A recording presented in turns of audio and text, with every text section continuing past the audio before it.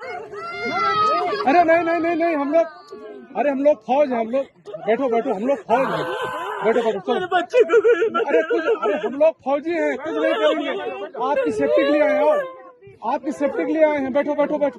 क्या बोलते भेलपुरी खा रहे थे, मेरा पति साइड में था, एक इंसान आया, उसने उसको गोली मार दी यहाँ पे उसने बोला कि शायद मुस्लिम नहीं है, उसने उसको गोली मार दी। नहीं नहीं नहीं, आप टेंशन मत लो, अब बेटा आप यहाँ पे रहो, हम साथ में। मैडम, ये जो वहीद साहब है प्रेसिडेंट, आप टेंशन। नमस्कार। आज के कार्यक्रम में हम बात करेंगे कश्मीर के पहलगाम में हुए नरसंहार की गहरा है। आज इस विषय को पूरे तरीके से समझेंगे। अब मोदी सरकार के पास क्या ऑप्शन है कि फिर से इतना बड़ा हमला होता है, इसके बाद किस तरीके से न्याय मिलेगा जो विक्टिम है, और किस तरीके से जम्मू कश्मीर से जो आतंकवाद कहा गया कि कम हुआ वो कितना कम हो पाया, और उसको कैसे जड़ से खत्म करें, और इसके आगे क्या ऑप्शन है। इस पर बात करने के लिए हमारे साथ हैं खास मेहमान डीके दुबे जी। सर, सीधा सवाल ये है, इसको मैं तो अपनी जितनी मेरा पत्रकारिता जीवन रहा है और जो मैंने जम्मू कश्मीर को समझा है, मुझे लग रहा है कि ये जितने हमले आज तक हुए हैं, ये उनमें सबसे बड़ा हमला माना जाना चाहिए।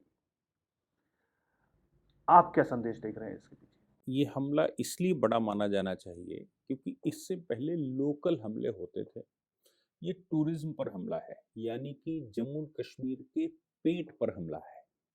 जम्मू कश्मीर की इंडस्ट्री या जम्मू कश्मीर का जनमानस टूरिज्म पर चलता है। मेजर उनके पास आमदनी का साधन टूरिज्म है, और टूरिज्म पर हमला जम्मू कश्मीर का लोकल निवासी चाहे कितना ही बड़ा वो आतंकी क्यों ना हो जाए, वो नहीं कर सकता। वो जो फ्रीडम स्ट्रगल की बात कही जाती थी, अलगाववाद की, कश्मीर के, ये इनमें से कुछ नहीं। ये तो पाकिस्तान आर्मी चीफ ने अभी 15 दिन पहले एक बयान दिया था, 15 दिन हुए होंगे, 8 दिन हुए होंगे, एक बयान दिया था पाकिस्तान निर्माण को लेकर और हिंदुइज्म को लेकर। ये उसका रिपरकशन दिखाई दे रहा है, और उसका रिपरकशन दिखाई दे रहा है। इसका मतलब साफ है जब वो ये कहता है कि नहीं, हम कश्मीर नहीं छोड़ेंगे चाहे हमारे प्राण चले जाएं। उसकी ये प्रतिबद्धता या उसका ये अतिवादिता ये हमला करवा रही है। मतलब साफ है कि जम्मू कश्मीर जितना इंटीग्रेट होता जाएगा, क्योंकि टूरिज्म मतलब इंटीग्रेशन ऑफ जम्मू कश्मीर। दिमाग में किसी भी प्रकार का कोई भी प्रश्न है तो उन प्रश्नों का समाधान टूरिज्म में है, क्योंकि हिल स्टेशंस पर जितना टूरिज्म जाएगा उतना वहां के निवासियों के लिए अच्छा होता है, उनके निवासियों का भर पेट पलता है, बच्चे पढ़ते हैं।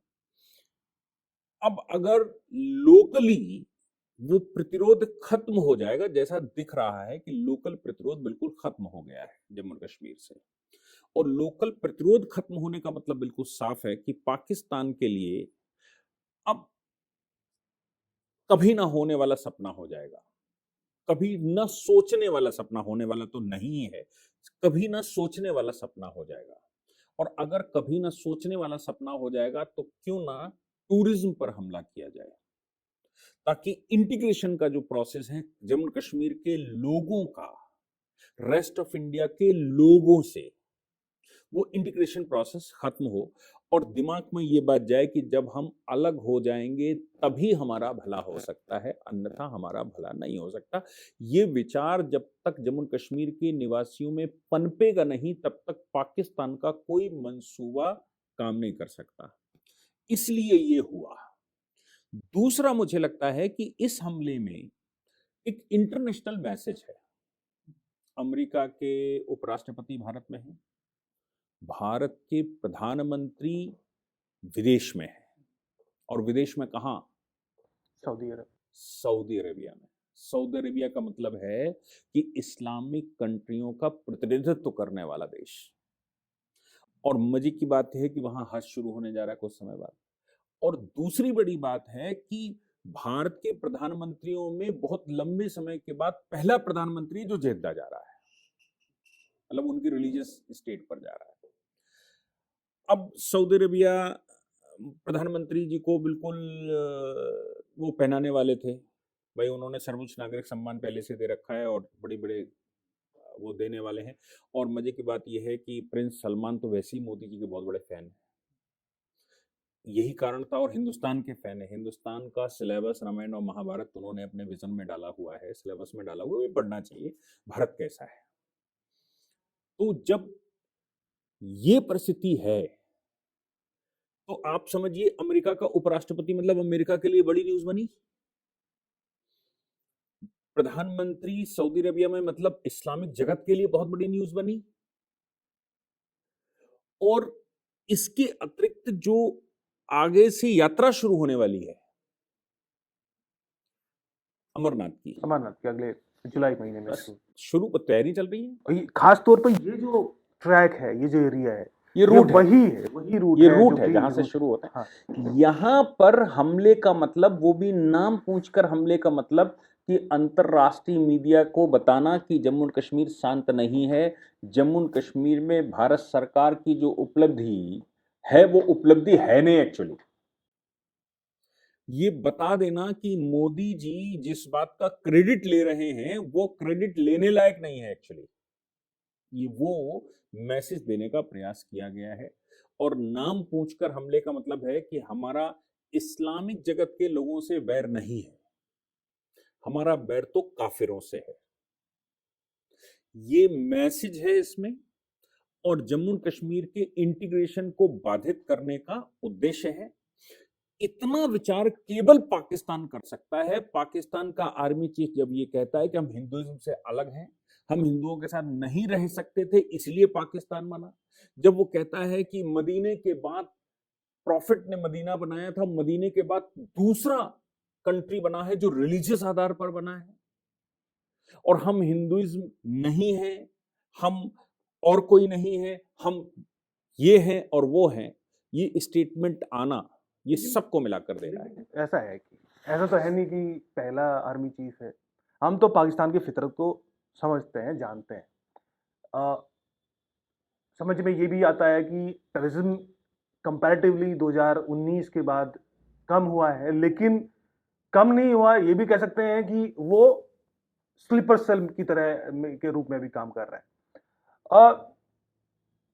एक पुलवामा हमला होता है, उसके बाद कहीं ऐसा तो नहीं कि हमने अपनी तैयारियों में इतनी कमी हो गई है। और सुरक्षा की एक चूक बड़ी बात है भाई, जहां पर जिस टूरिस्ट स्पॉट पर 1000-2000 लोग भी हैं, वहां पर सिक्योरिटी के क्या और अच्छे इंतजाम नहीं हो सकते? क्या इनपुट नहीं थे? पाकिस्तान को ने जो करना है वो तो अपना धर्म निभा रहा है, क्या भारत की सिक्योरिटी एजेंसी धर्म निभा रही है? बिल्कुल कहा जा सकता है, ये इसमें कोई शक नहीं है कि इस बात के इल्ज़ाम लगाना या प्रश्न उठाया जा सकता है कि सिक्योरिटी का क्या इंतज़ाम था। अब इसको दूसरे तरह से भी समझना चाहिए। इस तरह की कोई वारदात जब तक जम्मू कश्मीर में राष्ट्रपति शासन रहा तब तक नहीं होती, और जैसे ही वहां सरकार बनती है, वो सुप्रीम कोर्ट ने कहा जल्दी बनाना है, भारत सरकार की प्रतिबद्धता थी कि भाई हम डेमोक्रेसी हैं, हम कोई वो नहीं है, तो ऐसी परिस्थिति में सरकार बनी वहां, और सरकार बनने के कुछ समय बाद ही इस तरह की घटनाएं शुरू हो जाती हैं। ये भी एक अतिवादियों का संदेश है या उनका हौसला की बात है कि उनको लगता है कि अब सरकार हमारे मातहत तो नहीं बैठ गई है, अब हमारे ऊपर वो वैसा खतरा नहीं है कि देखते ही गोली मारने का रहता था। आपको याद है कि जब राष्ट्रपति शासन लगा था तो जितनी फोटो वायरल हुई थी बंदूक के साथ, वो सारे गिराए गए थे, घटना हो या ना हो, क्योंकि जब सरकार को सूचना मिली कि ये व्यक्ति उफन सकता है, नाग अपना फन खोल सकता है, उससे पहले उन्होंने उसको खत्म किया था। लेकिन जब सरकार बनती है तो डेमोक्रेसी में उनके आका नए तैयार हो जाते हैं, नए पॉइंट ऑफ कॉन्फ्लिक्ट बन जाते हैं, और इस तरह की सिचुएशन बनती है तो ये घटनाएं होती। क्या कर सकते थे बेहतर? नहीं कर सकने की तो बात सीधी सी है कि फोर्स के अलावा कोई अपने पास तरीका नहीं है। फोर्स ही ज़्यादा से ज़्यादा बिठाई जा सकती है, इंटेलिजेंस को ज़्यादा से ज़्यादा एक्टिव किया जा सकता है, और ये चूकें मानी जा सकती हैं, और मानी जानी चाहिए कि ये चूक है कहीं ना कहीं, वो इंटेलिजेंस की फेलियर हो, वो जो आर्म फोर्सेस हैं उनकी फेलियर हो, जो एडमिनिस्ट्रेशन की फेलियर हो, लोकल एडमिनिस्ट्रेशन की फेलियर हो, लेकिन फेलियर तो है। इसमें तो कोई शक नहीं। लेकिन ये भी तय बात है कि स्लीपर सेल्स जो हैं वो स्लीप करती हैं, और जब उनके आका उनको आदेश देते हैं तो इस तरह की घटना करके वो वहीं फिर से वहीं पर छुप जाते हैं। बाहर से आया आतंकी नया, पहले से आकर वहां रह रहा है तसल्ली से 5 साल से, वो उसको पकड़ना थोड़ा मुश्किल होता है। बाहर से आने वाले को एलिमिनेट करना बहुत आसान होता है, इसलिए इसमें समय भी लग रहा है। तो मेरा मानना ये है कि ये पहले से प्लान करके लोग यहाँ पर रखे गए प्लानिंग हैं। ज़रूर है, क्योंकि जानकारी थी उनको कि यहाँ पे सिक्योरिटी कम है, जानकारी थी कि इतने लोग जमा होते हैं, टूरिस्ट इतने लोग यहाँ पर आ रहे हैं, जानकारी थी कि कुछ ही मिनटों में इतनी बड़ी वारदात करके किधर भागना है, और हर तरह की जानकारी ऐसा लग रहा है कि बिना लोकल सपोर्ट के तो संभव नहीं है जब एजेंसियां किस तरीके से इसकी जांच आगे बढ़ाती हैं। लेकिन मैं आपका ध्यान कहीं और लाना चाहूँगा। आपने जिक्र किया कि जब नई सरकार बनी, एनसी के ही एक सांसद हैं आगा रहुल्ला, श्रीनगर से सांसद हैं, और पहले तो बड़े खासम खास माने जाते थे, आजकल थोड़ा सा अलग भी बोल रहे हैं उमर अब्दुल्ला से। लेकिन उनकी जो भाषा है वो लगातार वो भाषा बोल रहे हैं जो कि सीधे सीधे अलगाववादी और पाकिस्तान की भाषा है। उन्होंने जनवरी में एक पॉडकास्ट में बयान दिया कि ये जो, जब पूछा गया कि टूरिज्म बढ़ रहा है तो उसने कहा कि ये जो टूरिज्म है ना, ये जो टूरिज्म है दरअसल ये कल्चरल इन्वेजन है, और कल्चरल इन्वेजन का मतलब है कि ये एक तरीके से कश्मीर पर, कि कश्मीरियत पर हमला है। तो जब टूरिस्ट को, जो कि वहां जा रहा है पैसे खर्च कर, और इतने आप जान रहे हैं वहां पे होटल्स की क्या किस तरीके का कितना खर्चा है, तो उसके बाद इतनी बड़ी वारदात हो जाती है। ये तो सीधे सीधे जिसको कहीं भाषा और करतूत दोनों अलाइन होते दिख रहे हैं। मैंने आपसे शुरू में ही कहा, जिसको वो कल्चरल इन्वेशन कहते हैं उसको हम इंटीग्रेशन कहते हैं। इंटीग्रेशन का मतलब ही यही है कि मन मिल जाएं और एक स्मूथ वे में सब चलने लगे। ये स्मूथ वे जो है, जो अलगाववादी हैं उनको बर्दाश्त नहीं हो सकता, इसलिए उनके शब्द ऐसे आते हैं कि कल्चरल इन्वेशन है। जब तक वो ये सिद्ध नहीं करेंगे किसी भी कम्युनिटी में कि तुम्हारी एकता तोड़ रहे हैं, तुम्हारी शांति तोड़ रहे हैं, तुम्हारा कल्चर खत्म कर रहे हैं, तुम्हारी जो सद्भावना है वो खत्म कर रहे हैं, तुम्हारे रिलीजन पर हमला है, जब तक इस बात से लोकल लोगों को सेटिस्फाई नहीं किया जाएगा तब तक लोकल व्यक्ति का सपोर्ट तो नहीं मिल सकता। इसलिए इस तरह की भाषा का इस्तेमाल होता है कि वो ये कहना चाहते हैं कि तुम्हारे कल्चर के ऊपर इन्वेशन हो रहा है, ये टूरिज्म। जबकि सत्य ये है कि भारत सरकार पूरी शक्ति से कश्मीर, जम्मू और लद्दाख के टूरिज्म पर शक्ति लगाए हुए, किसी दूसरे प्रदेश पर नहीं लगाए हुए, पूरी शक्ति लगाती। इंटरनेशनली उसको मोदी जी खुद जाकर इंटरनेशनल मंचों पर कश्मीर की महिमा बताते हैं। मतलब साफ है कि सरकार तो पूरी शक्ति से ये चाहती है कि वहां का जो लोकल व्यक्ति है उसका भरण पोषण अच्छे से हो, उसकी जो 70 साल से दुर्दशा की गई है उससे वो बाहर निकले, वो भी देश के नॉर्मल लोगों की तरह ही अपने को आगे बढ़ाए। जो भारत की प्रोग्रेस है उस प्रोग्रेस की हिस्सेदारी जम्मू कश्मीर में भी हो, जो कि एक पिछड़ा हुआ प्रदेश बन गया था कि भारत सरकार अगर उसकी मदद ना करे तो प्रदेश चल नहीं सकता। सरकार ये चाहती है केंद्र की कि ये नॉर्मलसी ऐसी आए कि व्यक्ति को ये बात का एहसास हो कि मैं जम्मू कश्मीर में जन्म मैंने लिया है, मेरा कोई अपराध नहीं है। जम्मू कश्मीर में जन्म लेने का मतलब हम भारत के निवासी हैं और हम भारत के प्रत्येक नागरिक की तरह मेरे पास भी उतने ही अधिकार है। वो चाहे आर्टिकल 35 कैपिटल ए खत्म करके किया गया हो कि स्वीपर्स को अधिकार देना, महिलाओं को अधिकार देना, जो पाक ऑक्युपाइड जम्मू कश्मीर से लोग आए उनको अधिकार देना, या वेस्ट पाक रिफ्यूजीज को अधिकार देना, या गोरखाओं को अधिकार देना, ये सब अधिकार दिए जा रहे हैं इक्वलिटी के लिए कि प्रत्येक व्यक्ति जो वहां निवास करता है, प्रत्येक व्यक्ति को एहसास हो कि मेरे साथ कोई भेदभाव नहीं है।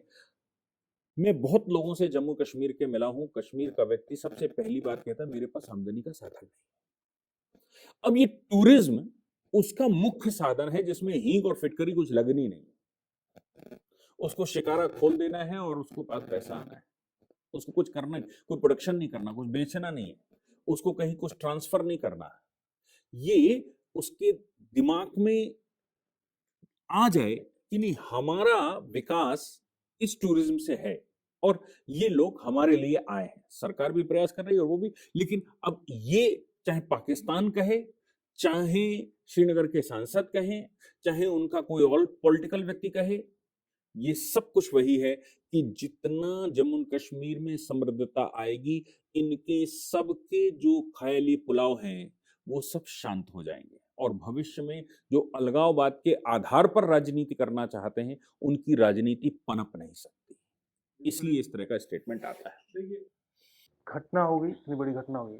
अब सवाल, सबसे बड़ा प्रश्न ये है कि अब सरकार क्या कर सकती है, क्योंकि ये जैसा पुलवामा के बाद जो एक देश भर में जो कंसेंसस बना था और जो गुस्सा था और जो मुझे लग रहा है कि वो स्थिति आज फिर से है कि 5 साल बाद, 6 साल बाद फिर से वही देखना पड़ रहा है कि अब हम क्या करेंगे। वो अंतिम निर्णय, वो अंतिम चोट, वो अंतिम प्रहार जो है वो क्या हो सकता है? देखिए, मेरी व्यक्तिगत अपनी बात है, वो ये है कि ये सारी गतिविधियां पाक ऑक्युपाइड जम्मू कश्मीर से चलती है मोस्टली। उन्होंने उसको सेफ इसलिए रखा है क्योंकि वो सारी गतिविधियां वहां से चलाते हैं। और दूसरी बात यह है कि पाक ऑक्युपाइड जम्मू कश्मीर के अंदर जो स्वतंत्रता का आंदोलन चल रहा है, भारत के साथ मिलने का आंदोलन चल रहा है, वो दोनों ही परिस्थिति पाकिस्तान के लिए ठीक नहीं है। इसलिए पाकिस्तान जब ऐसा करता है तो हमारे लिए जेनेसिस पर, इस रोग की जड़ पर वार करना जरूरी है। हमने एयर स्ट्राइक करके करा, हमने सर्जिकल स्ट्राइक करके किया, हमने बोथ स्ट्राइक भी करी थी दिवाली के टाइम पर, हमने बोथ स्ट्राइक करके किया। अब वो उस समय की परिस्थितियों में कभी गलवान हो गया, तो कभी किसान मूवमेंट आ गया, तो कभी सीए मूवमेंट आ गया, वो अलग बात है। अन्यथा पाक ऑक्युपाइड जम्मू कश्मीर तो भारत में आना ही था और भारत सरकार की प्रतिबद्धता है, संसद का ऐलान है और आज की सरकार की प्रतिबद्धता है। लगातार विदेश मंत्री कह रहा है कि भाई देखो, आखिरी सोल्यूशन तो ये है कि पाक ऑक्युपाइड जम्मू कश्मीर हमारा है, हमारे पास वापस है और वार्ता जो होनी है वो उसी पर होनी है। इसलिए वो फाइनल टारगेट जब तक नहीं अचीव होगा, तब तक मुझे लगता है इस तरह की समस्याएं आती रहेंगी समय बे समय। दूसरा ये है कि इस समय जो मैं सोच पा रहा हूं सबसे फेवरेबल समय है पाक ऑक्युपाइड जम्मू कश्मीर को वापस लेने का, सबसे फेवरेबल समय। इसलिए क्योंकि बारिश अभी शुरू नहीं हुई है, इसलिए कि मौसम भी अनुमति देता है, इसलिए कि इंटरनेशनल सिनेरियो मोदी जी के पक्ष में है। मोदी जी इस समय वर्ल्ड के एक्सक्लूसिव लीडर्स में से एक हैं, जिनकी बात करना तो छोड़ दीजिए, जिनकी बात कटती नहीं है इस समय। और उसका इलस्ट्रेशन ये था कि हमने जब surgical strike, air strike, both strike जब की थी, तो विश्व के किसी कंट्री ने हमारे अगेंस्ट में नहीं बोला। भाई डिफेंस हमारा राइट है। तो मुझे लगता है कि इस समय जो उथल पथल देश में कल रात से दिख रही है, जो सूचनाएं आ रही हैं और जिस प्रकार से गृह मंत्री तत्काल जम्मू कश्मीर के लिए सब कुछ रवाना कर मतलब बंद करके चले गए और प्रधानमंत्री अपना दौरा कैंसिल करके भारत आ गए और आने के बाद तत्काल उन्होंने मतलब प्लेन से उतरे हैं और उतरने के बाद सीधे बैठक में गए। बैठक पहले से तय की गई थी, वो अजीत डोभाल साहब को उन्होंने बुलाया, गृह मंत्रालय को और डिफेंस को, इनको जो जो उसके स्टेक होल्डर्स थे सबके साथ प्रधानमंत्री ने बैठक की। सिंसियरिटी भारत सरकार की दिखाई दे रही है और संभावनाएं भी दिखाई दे रही है। और जिस प्रकार से पाकिस्तान कर रहा है वो रोकने का ये साधन भी है। और एक बात निश्चित मानिए, पाक ऑक्युपाइड जम्मू कश्मीर हमारे पास आएगा तो पाकिस्तान के 4 टुकड़े होने स्वाभाविक है। जिस दिन पाक ऑक्युपाइड जम्मू कश्मीर हम ले लेंगे, उस दिन पाकिस्तान के 4 टुकड़े होंगे। 4 नहीं हुए तो 3 कोई रोक नहीं सकता। वो हम बलूचिस्तान की बात करें, पंजाब की बात करें और सिंध की बात करें। खैबर पख्तूनख्वा ले जाएगा अफगानिस्तान, क्योंकि वो क्लेम करता है कि मेरा है।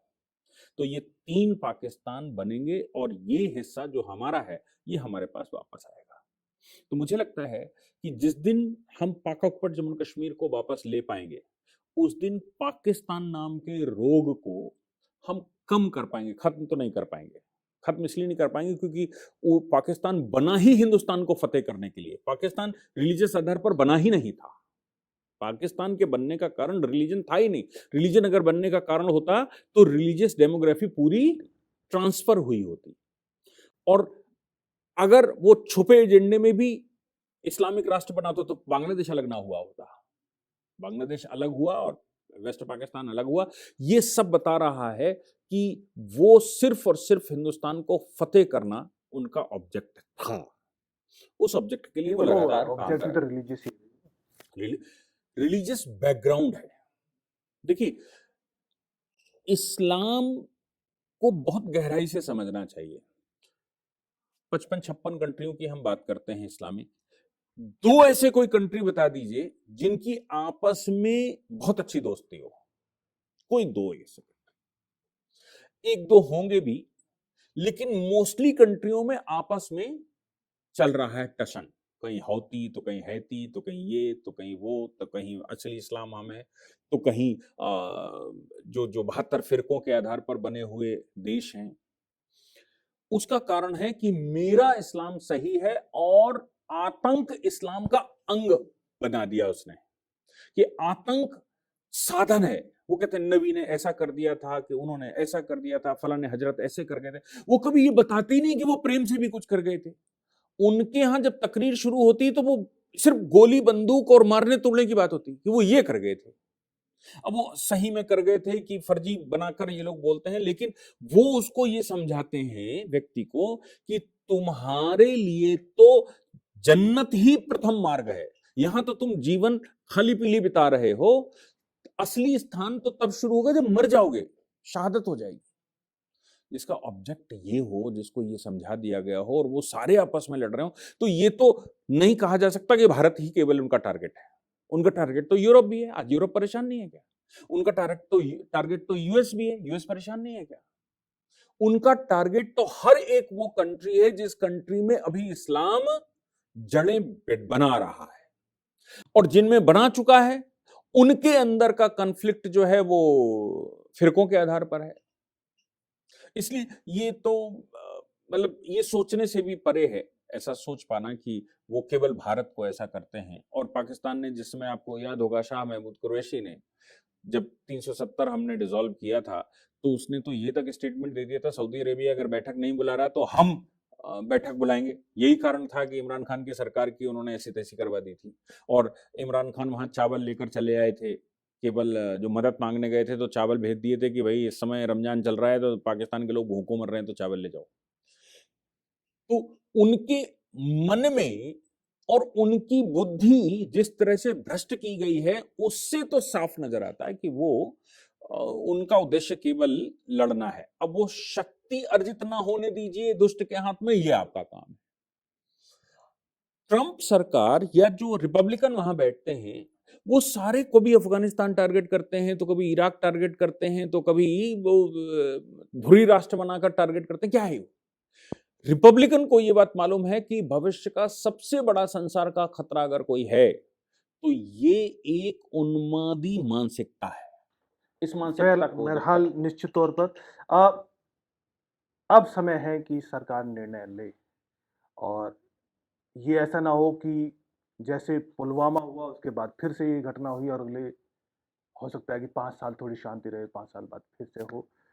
बहरहाल अब अंतिम निर्णय लेने का फैसला जो है वो मोदी सरकार का है। आगे जो डेवलपमेंट होगी हम आगे इस पर बात करते रहेंगे। आपका बहुत बहुत धन्यवाद।